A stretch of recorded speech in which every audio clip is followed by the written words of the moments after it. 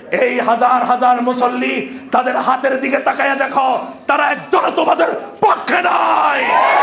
সুতরাং এই মসজিদে আজ থেকে তোমাদের কোনো কার্যক্রম করতে দেওয়া হবে না, দেওয়া হবে না, দেওয়া হবে না।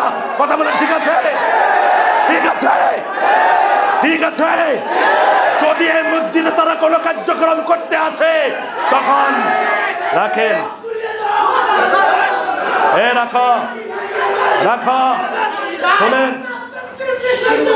শোনেন, এ বসো।